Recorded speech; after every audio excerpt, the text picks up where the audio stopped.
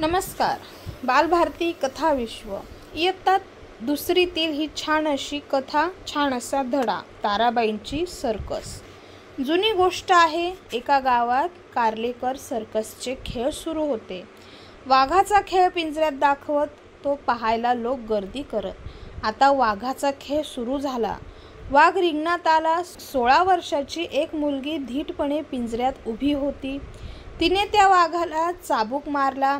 वाघ तिच्याकडे वळला. जोराने ओरडला. लोक घाबरले.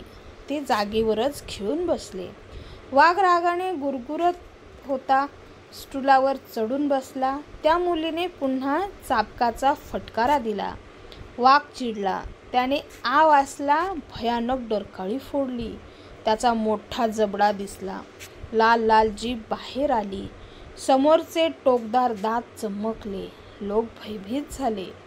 तेवढ्यात त्या मुलीने आपली मान वाघाच्या त्या जबड्यात दिली. लोक श्वास रोखून पाहू लागले. आता वाघ तिला खाणार.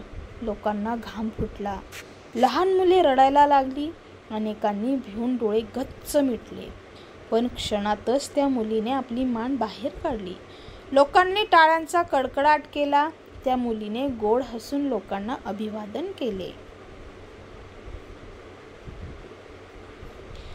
त्या मुलीचे नाव ताराबाई होते.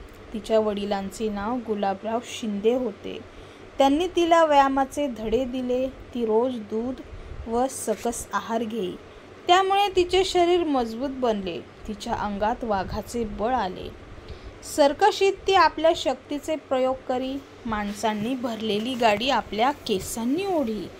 चालती मोटार हाताने धरून थांबवी. आपल्या छातीवर हत्ती उभा करी. छातीवर दगड ठेवी. तो दगड घणांचे घाव घालून छातीवरच फोडला जाई. ताराबाईचे हे शक्तीचे खेळ पाहून लोक तोंडात बोटे घालीत. ताराबाईंचे नाव सगळ्या भारतात झाले. पुढे तिने स्वतःची सर्कस काढली. तिला ताराबाई सर्कस असे नाव दिले. ताराबाईंची ही सर्कस भारतात गाजली. इयत्ता दुसरीतील ही छान अशी कथा, छान असा धडा, ताराबाईची सर्कस. एका सर्कशीतील लहान मुलींचे ते धाडस आणि ती हिंमत बघून लोकांना आश्चर्याचा धक्का बसतो. लोकांना ते बघून भीतीही वाटते आणि हे सगळे कार्यक्रम झाल्यावर लोकांना आनंदही होतो. सर्कसीमध्ये ह्याच प्रकारे लोकांचं मनोरंजन केलं जातं. ताराबाईची सर्कस हा दुसरीतील धडा कसा वाटला कमेंट करून नक्की सांगा. आणि अशाच नवनवीन कथा आणि कवितांसाठी आपल्या बालभारती कथा विश्वला सबस्क्राईब करा, लाईक करा, शेअर करा आणि कमेंटसुद्धा करा. धन्यवाद.